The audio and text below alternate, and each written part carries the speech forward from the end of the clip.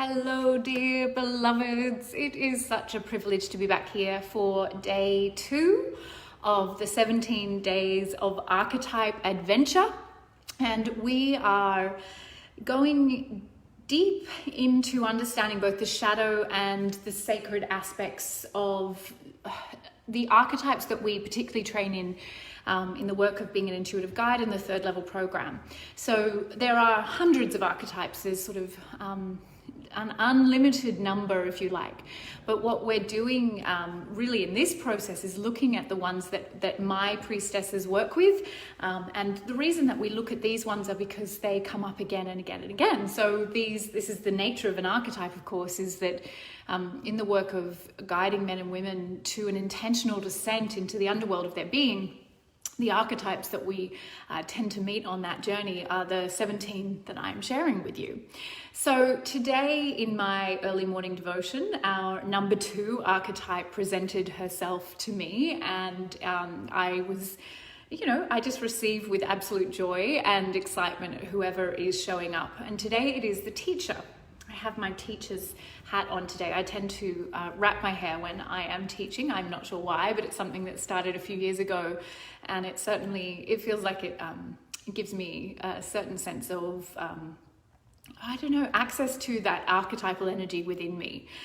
So I do often wear it when I am teaching.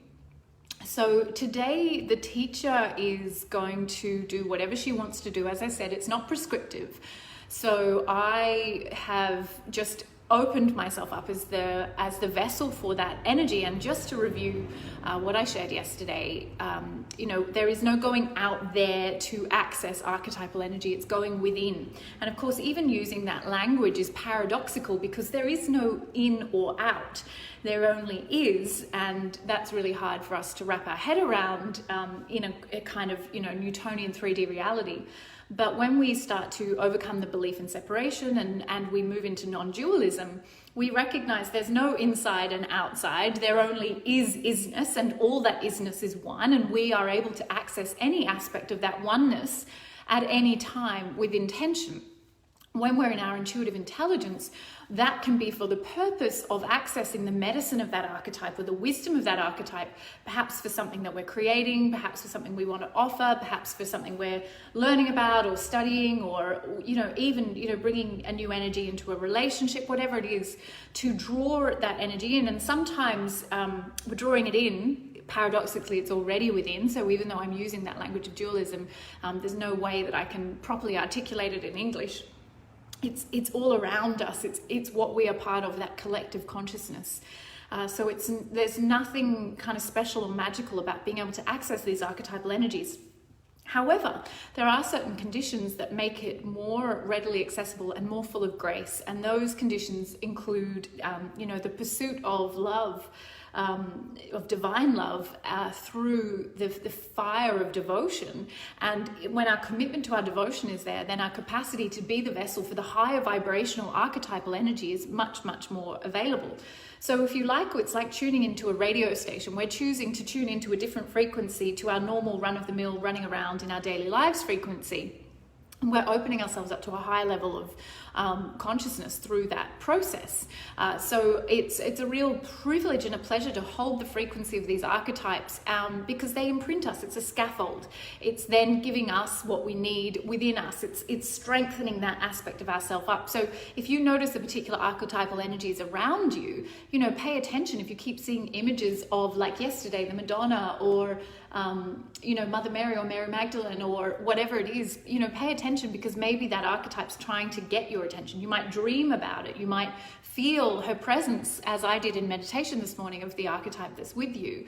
And you can set your intention to say, whatever energy is supposed to be here with me now, is guiding me, can help me in this next phase of my life, please be present and know that you will start to see signs everywhere to show you that.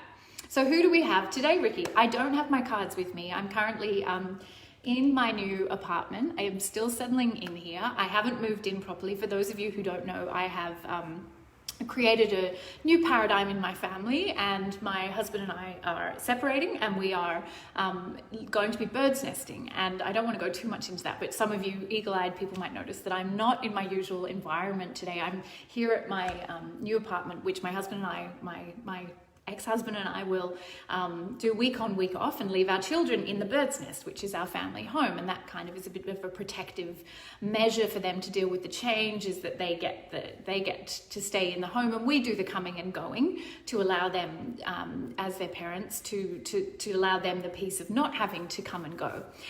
So today, I'll give you a little tour afterwards while I wait for my new couch to be delivered. So I just wanted to share why I'm in a different environment. I won't go too far down that rabbit hole.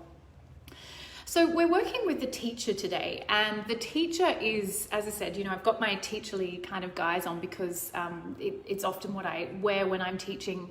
It just gives me a sense of anchoring into her energy. And I'm a fierce teacher.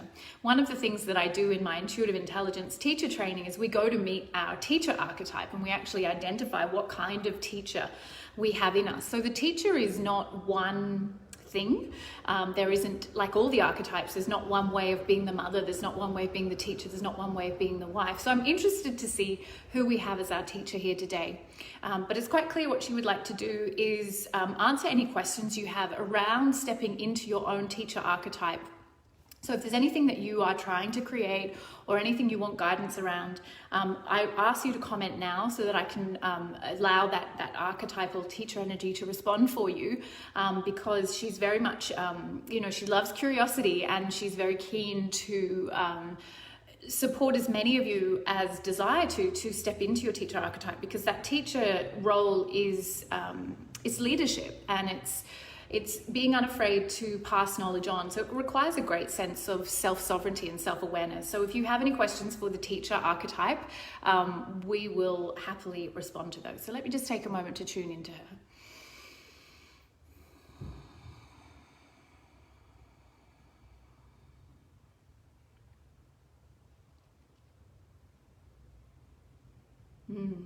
So this teacher is a deeply curious energy, and I think that's one of the beautiful things about the teacher archetype is she is the constant student.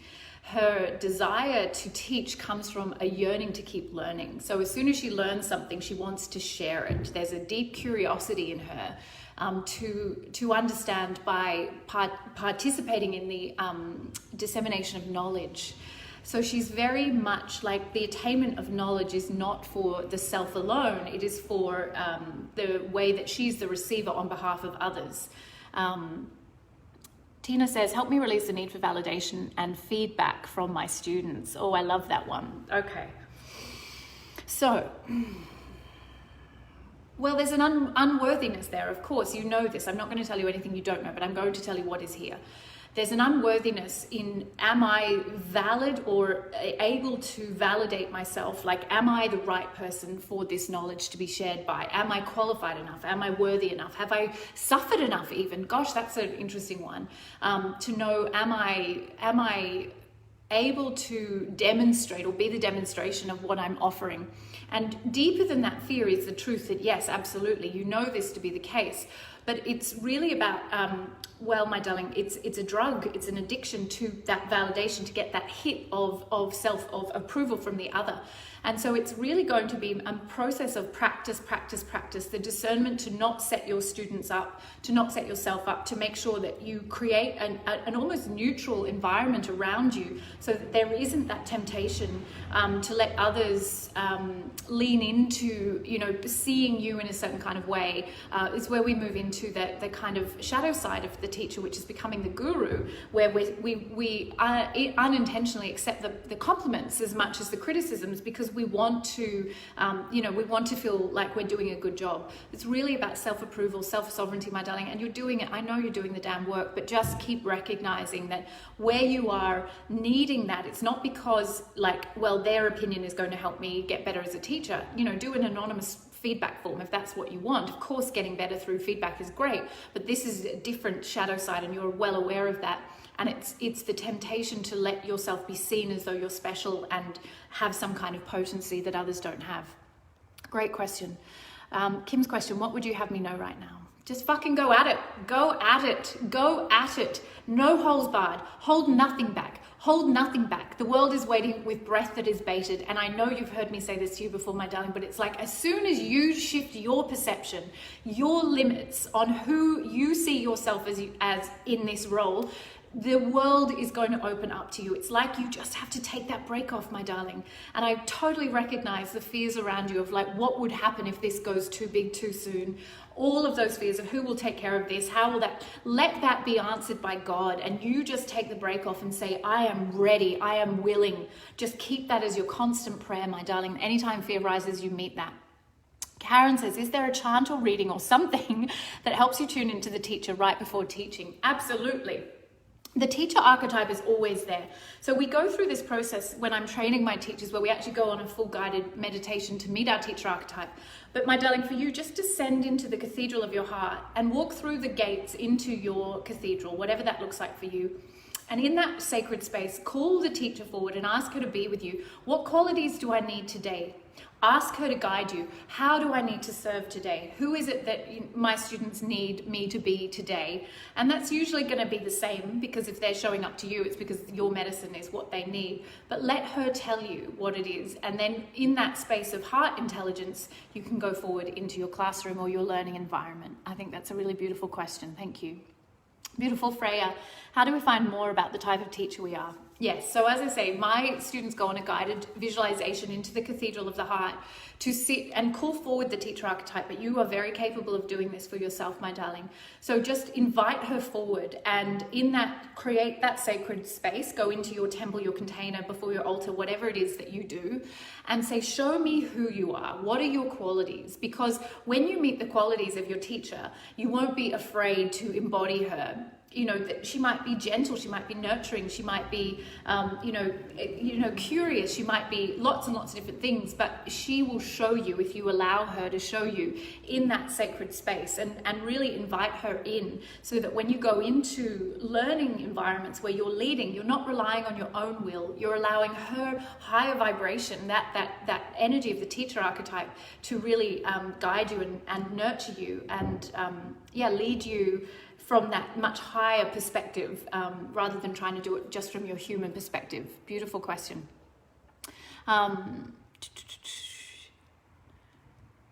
Yes. Caroline Mace talks about not being able to be a spiritual mentor teacher for others while having them as friends. I've been doing this role with souls who are also my close friends for about 1.5 years. The difficulty, obviously, is them and is when I trigger them to advance them and they take it personally. This next class is going to be super triggering, and I know I'll do the work to hold the space, but if there's any other advice that I'm letting them know up front, the triggering is from a space of love and aligning them.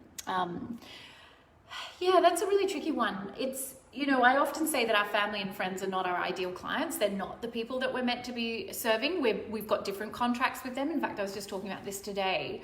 It's a real challenge to populate your classroom with people who have other relationships with you, because there's also that prior knowledge. So there's that fear that your prior knowledge gives you a power. And it's why we don't, I don't encourage people to make friends with their students, even though that can be hard. It's why we don't make friends with our clients, because you have a power that is out of balance in that classroom. Now, no matter how good a teacher you are or how humble you are, it's an inevitability. If you've got drunk with them, or you've hung out with them, or when they kiss someone, or what troubles they're having in their marriage, there's a personal and professional intersection happening. So if it's already ongoing and this is the way it is, of course, you will do your best as you already are to serve in that environment. And of course, as you say, everybody, I don't use the word triggered. I think that's a bit, passive, as in, take some responsibility, but to be activated by you as the teacher is, my teaching mantra is, I'm not here for your comfort, I'm here for your evolution, which is the mantra of Kali Ma, the idea that you aren't there to make them comfortable. Be prepared to lose friends. Like, it may be that the upshot of that journey is that they can't be friends with you anymore, but you've already set out on this path and your service is what matters. So, allow whatever happens without judgment to take place in that environment, and just let it unfold, knowing that your job is not to get them anywhere or to feel anything or convert them to anything, but just to let them have whatever experience is appropriate for them. But yes, going forward, I think it's also a limit on you when you've got a room full of people who know you in a different context. It can be very hard for you to step into the full expression of who you are as a teacher. I remember when I started the Institute, I was really often quite hurt when my close friends wouldn't be the ones who'd sign up for my programs or my courses, because I thought they would be my biggest champions. And I realized they were being my biggest champions by not showing up, because if they showed up in that environment, they would see me in a different way, as their friend, as their confidant, as their, the person they did lots of other things with. And what I needed was to call in my students, and I just needed to kind of adjust my thinking that them being my champions was about lots of other things, being the safe space for me to go and be a muggle in, for example, or to hang out with and debrief. But in that environment, it worked much better to call in the people I didn't know, so that I could be of service to them. And that may or may not align with your journey. It's just the way that it happened for me. So the teacher, if there's no more questions, then I'll just tune in and see whatever else she would like to offer.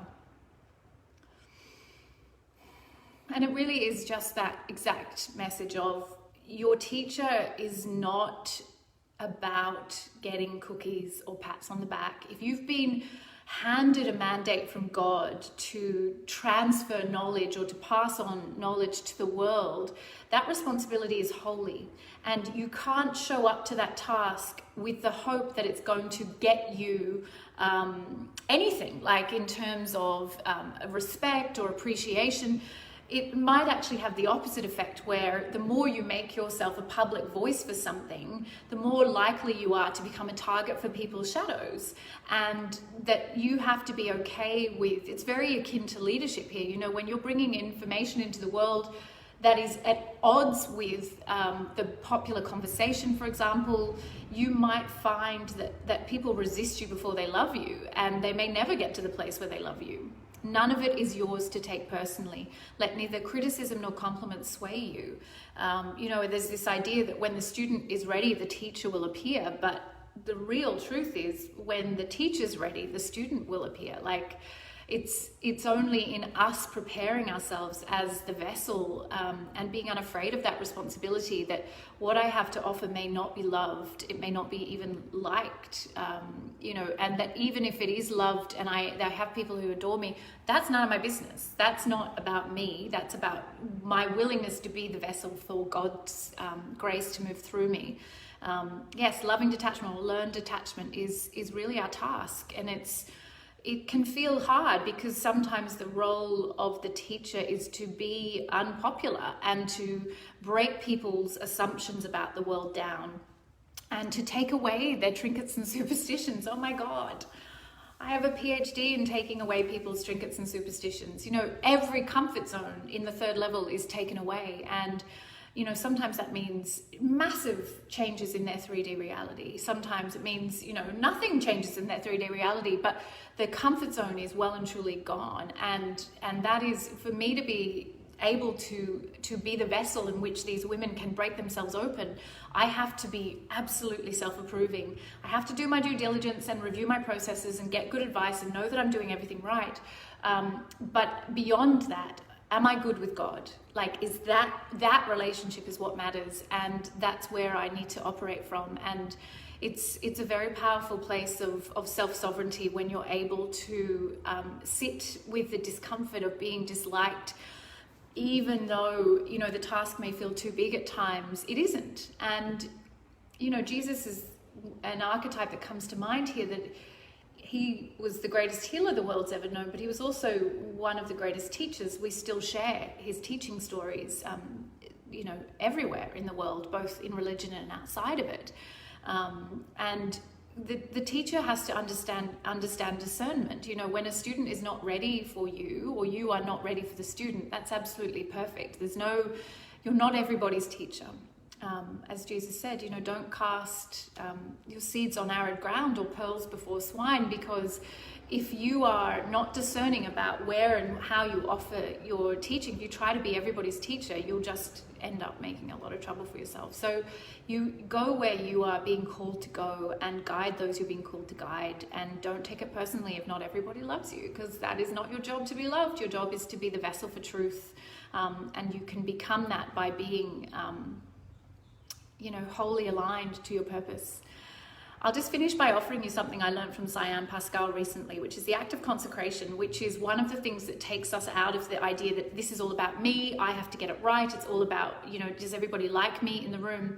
And you simply begin each time you teach, or begin your day, I do it at the beginning of each day, just holding your palms up in that state of receivership by the heart and just saying out loud or silently, I offer all the karmic fruits of this teaching or class or workshop or whatever I'm doing to you, dear God. I offer all the karmic fruits of this teaching to you, dear God. Let me be a vessel for your teaching. And then she says, wait for a response. Wait until you feel that recognition from God consciousness, infinite consciousness. You may feel a sense, I often feel like my hands are being clasped in very big warm hands, or that my hands are tingly. You may feel a sensation in your body or just have a sense of certainty, but wait for that response that your offer, your consecration has been heard. And what you're saying in that is an act of humility. I offer all the karmic fruits to you, dear God. Like all the praise and all the criticism, I offer it all to you, because the karmic fruits are so much bigger than I think if I've done a good job if everybody likes me. That might be the least best way to measure whether everybody likes you, or whether you've done a good job, So please don't make this about your worth. Don't make it about your self-worth. It's about how willing am I to be the container for God's vision. All right, dear beloveds, thank you so much for joining me. Thank you for those awesome questions, and thank you for letting the Teacher Archetype be here today. Who knows who will show up tomorrow? I'll let you know in advance what time I will be going live with Archetype number 3. It seems to be landing in my morning devotion, which is really cool, but we have now 15 more to traverse. So I will make sure that I pin all of these to the top as announcements, and use the hashtag so you can come back and find them. If you don't get to watch a particular day, you'll get to see the whole series. So much love. Bye.